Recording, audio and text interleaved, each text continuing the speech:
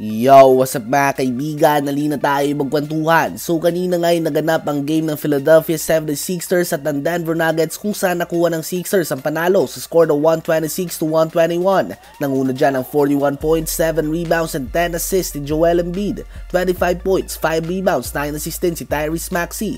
At 24 points, 5 rebounds din kay Tobias Harris. Sa Nuggets naman ay 25 points, 19 rebounds and 3 assists si Nikola Jokic. 20 points si MPJ, 17 points, 10 assists si Jamal Murray at 16 points naman kay Aaron Gordon. Obviously, ang inaabangan nga ng matchup ng lahat dito ay ang tapatan ng Embiid at Jokic, ang last 2 MVPs at 2 leading MVP candidates ulit ngayong season. Debate nga kung sino sa kanila ang best player in the world. Ganun pa man ay tinapos na nga ni Embiid ang debate na ito. Sa post-game interview ay sinabi niya nga na sinabihan niya si Jokic na siya ang best player in the world. Nagkampiyon pa lang nga daw ito at nanalo ng Finals MVP Award. So ayun nga po mga kaibigan, madalas nga na ipagtapat sila ng media bilang magkaribal. Mataas nga ang respeto ng dalawang MVP na ito sa isa't isa.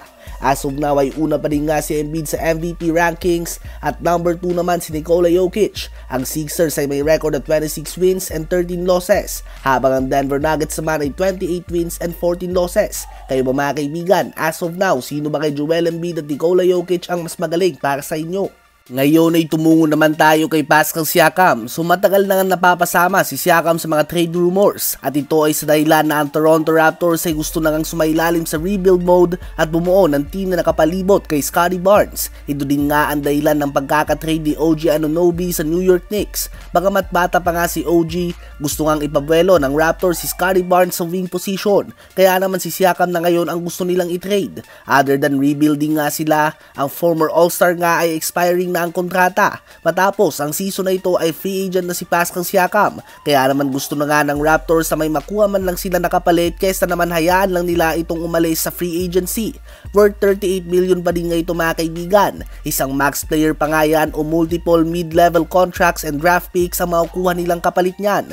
As of now ay ongoing at aktibo nga na nag-uusap ang Indiana Pacers at ang Toronto Raptors regarding a trade kung saan mapupunta sa Raptors si Bruce Brown, isang salary filler na rumored to be Buddy Hield at 3 first round draft pick, at mapupunta naman sa Indiana Pacers si Pascal Siakam upang mabuo ang starting lineup ni Tyrese Haliburton, Ben Mathurin, Pascal Siakam, Obi Toppin at Miles Turner. Ganun pa man ay may mga reports din nga na sinasabihan daw ni Pascal Siakam ang mga teams na hindi siya magko-commit dito ng long term. So kung ikaw nga ang team na makikipag-trade ay sobrang lugi ka. Just imagine trading multiple players and draft picks para sa kalahating season niya. Matapos mo nga makipag-trade ay aalis lang din ito sa free agency.